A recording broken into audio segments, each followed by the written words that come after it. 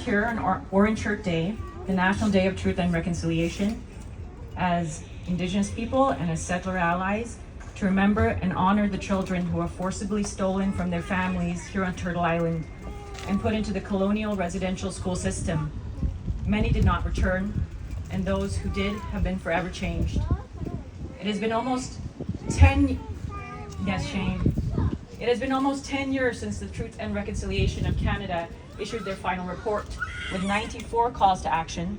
Almost all of these calls to action, 86% to be specific, remained unfulfilled. For the children who suffered in the residential schools, for the ones who did not return, for the children who did return, and for their relatives, many of whom are with us here today, we are here to call for action. As allies, learning and unlearning will be a lifelong process. We can no longer hide behind the guise of learning before we act. As allies, we have a duty to act now in solidarity with our Indigenous brothers, sisters, and kin, to support their calls for justice in all of our spaces. The genocide of First Nations, Inuit, and Métis peoples here on Turtle Island began hundreds of years ago and continues to this day, enacted by almost all arms of the colonial state. We can see the most violent manifestation of this ongoing colonial genocide committed by the police forces and the RCMP, many of whom are across the street right now. Yes, shame. Why are you here?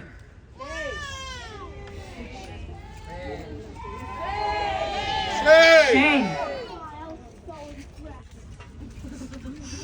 Since the end of August alone, 9 Indigenous people have been killed in the hands of police and RCMP across Turtle Island.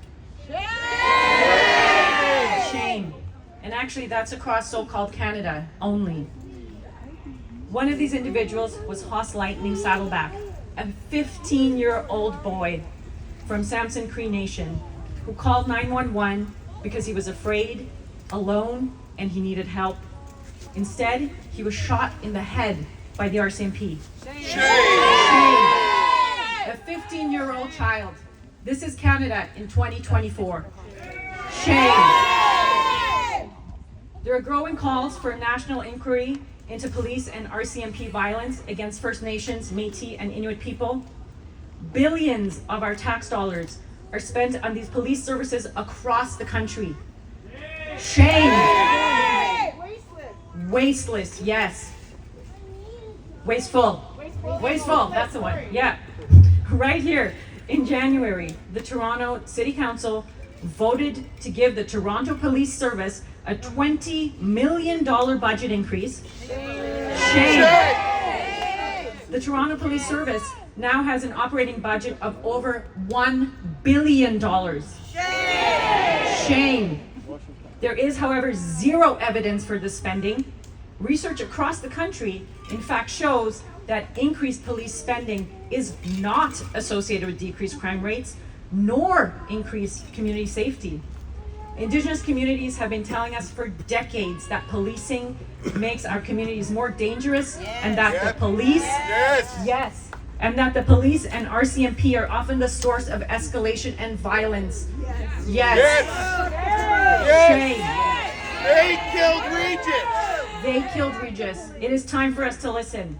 Just recently, Tyler Maxey Kaur, an Afro-Indigenous man right here in the city of Toronto, called 911 because he was in mental health distress and needed help. Instead, he was met with Toronto Police Service's violence and was shot. They killed him! He was taken to the ICU in critical condition. Thankfully, he survived, but he almost died. He now has life-altering injuries. Shame. Colonial violence against Indigenous people extends into most aspects of our societies. In fact, the quote-unquote Western healthcare system is deeply implicated and often actively participates in these harmful and dangerous colonial structures. Just days ago, John Wells, a First Nations man from the Blood Tribe, was killed at the hands of the police in Calgary. He was shamed. He was in medical distress and he was handcuffed.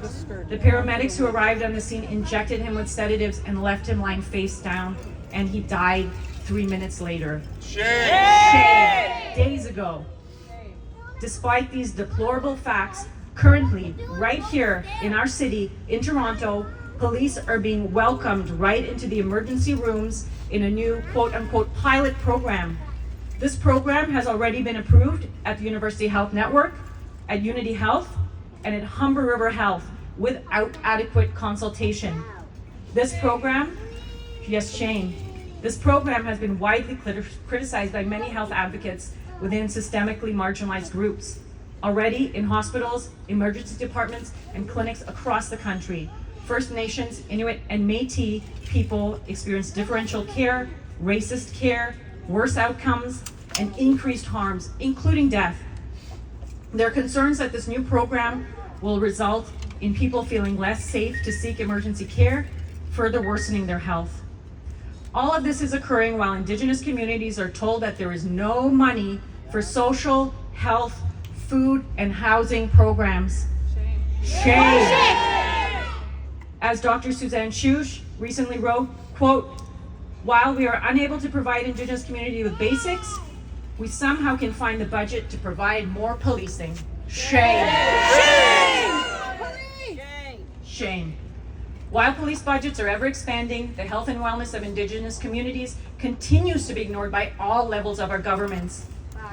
As Chief Rudy Turtle from Grassy Narrows, where 90% of people have symptoms of mercury poisoning, 30% of whom are children, as he recently wrote, quote, "As the National Day of Truth and Reconciliation approaches, I must ask, what does reconciliation mean when the poisoning of Grassy Narrows continues to be made worse every day with the government's permission? When will our children matter to this government?"